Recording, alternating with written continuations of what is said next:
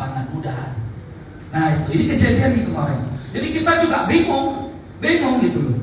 Bawa ke pasar, saya lupa untuk instruksikan pakai pakaian, harusnya pakaiannya seperti ibu ini semua. Begini, gitu ya. Jangan pakai apa namanya? Legging, ya gitu ya. Cin atau legging itu sangat tahu saya. Gitu. Nah akhirnya kejadian itu di pasar, diperlakukan tidak senonoh.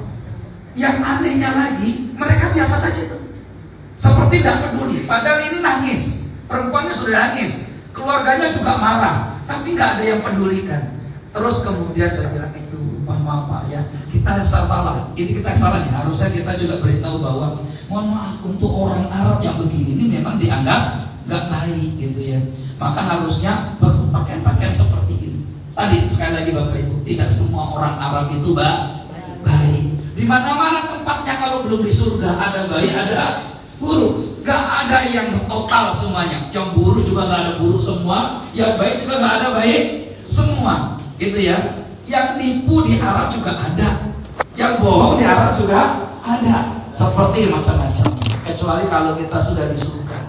Di surga gak ada tipu-tipuan, di surga gak ada tukang bohong, di surga semuanya orang baik.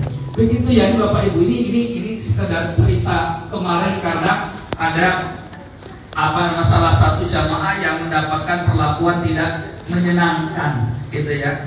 Untuk mengajarkan kepada kita bahwa dalam perjalanan umroh itu apapun bisa saja terjadi. Sehingga apa yang kita hadapi dalam umroh itu hendaknya kita hadapi dengan sabar. Ini niat ikhlas, syukur, sabar, modal utama. Baik, slide berikutnya, silakan. Nah, ini sebelum perjalanan ada hal-hal yang disunahkan oleh para ulama untuk kita lakukan. Satu, pertama sholat sunnah sebelum safar. Ini memang tidak ada hadisnya. Baik. Ini memang tidak ditemukan hadisnya, tapi sholat sunnah sebelum safar itu dianjurkan oleh para ulama, terutama dalam mazhab Syafi'i. Kata Imam Nawawi, orang itu kalau mau safar, haji kah, umroh kah, hendaknya dianjurkan untuk sholat sunnah 2 rakaat.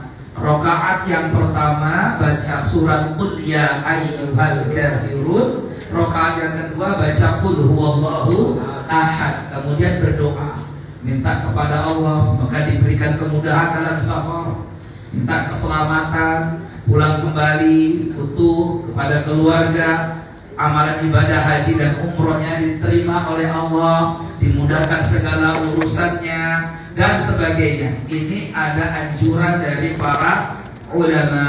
Jadi sebelum Bapak Ibu berangkat dari rumah, ya usahakan, terutama ini kan besok kita pagi-pagi nih, pagi-pagi ya, karena pesawatnya kan jam 9 ya, jam 9. Nah, kalau ada yang berangkat ba'da subuh, berarti sekalian sholat sunnah subuh dan subuh itu tidak perlu lagi sholat sunnah 2 rakaat. Sudah kan setelah subuh sudah langsung berangkat. Jadi sholat sunnah sebelum subuh, sholat subuh langsung berangkat, berarti bertepatan dengan waktu sholat. Tapi kalau ada yang berangkatnya ternyata enggak subuh gitu ya, tapi ada berjeda waktu, misalkan sudah datang waktu duha, ya sudah sholat sunnahnya pas waktu duhanya. Kita sunnah sebelum safar, berdoa semoga Allah mudahkan semua urusan kita, gitu ya.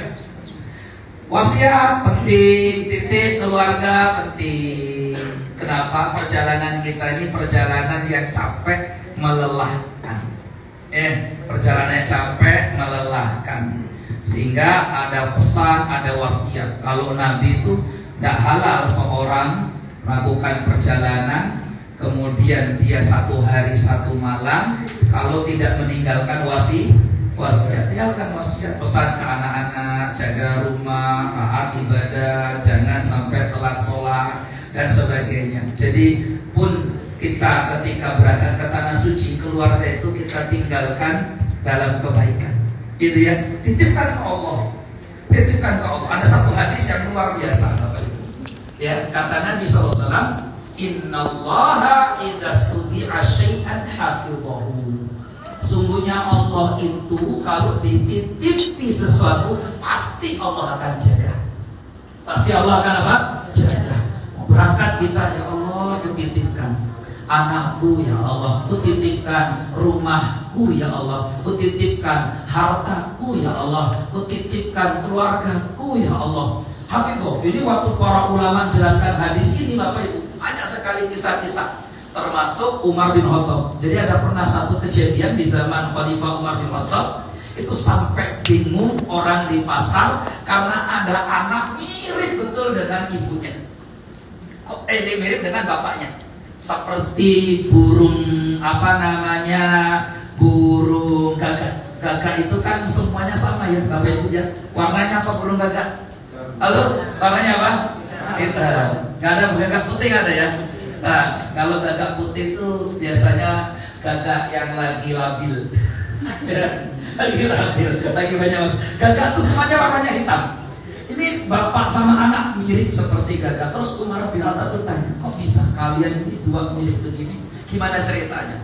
Ini kisah nyata terjadi, tertulis dalam banyak kitab, tapi belum disinetron.